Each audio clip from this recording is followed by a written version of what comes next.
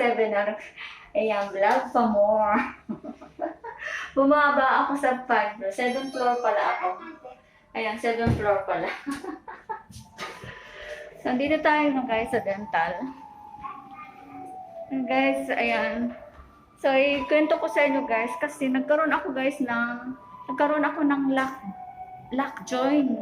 So, sino nakakaranas ng mga lock joint? Kasi, pag umaangat, pag binubukas ko na yung mouth ko ay may tumutunog ba?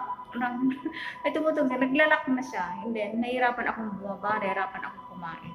So, ngayon ay nagte-therapy ako ngayon sa aking lock joint. So, pasok tayo sa aking dental guys. Ayan, dental guys. Siya na dental. Pasok tayo. Okay, see you guys. Hindi na ako makapag-vlog guys. So, ayan guys. Mamay kwento ko na lang sa inyo guys kung ano bang nangyayari sa aking lock joints. Alam ko may nakakaranas din, nakaka-relate din ito. Nagkaroon din kayo mga lock joint. Okay, bye guys.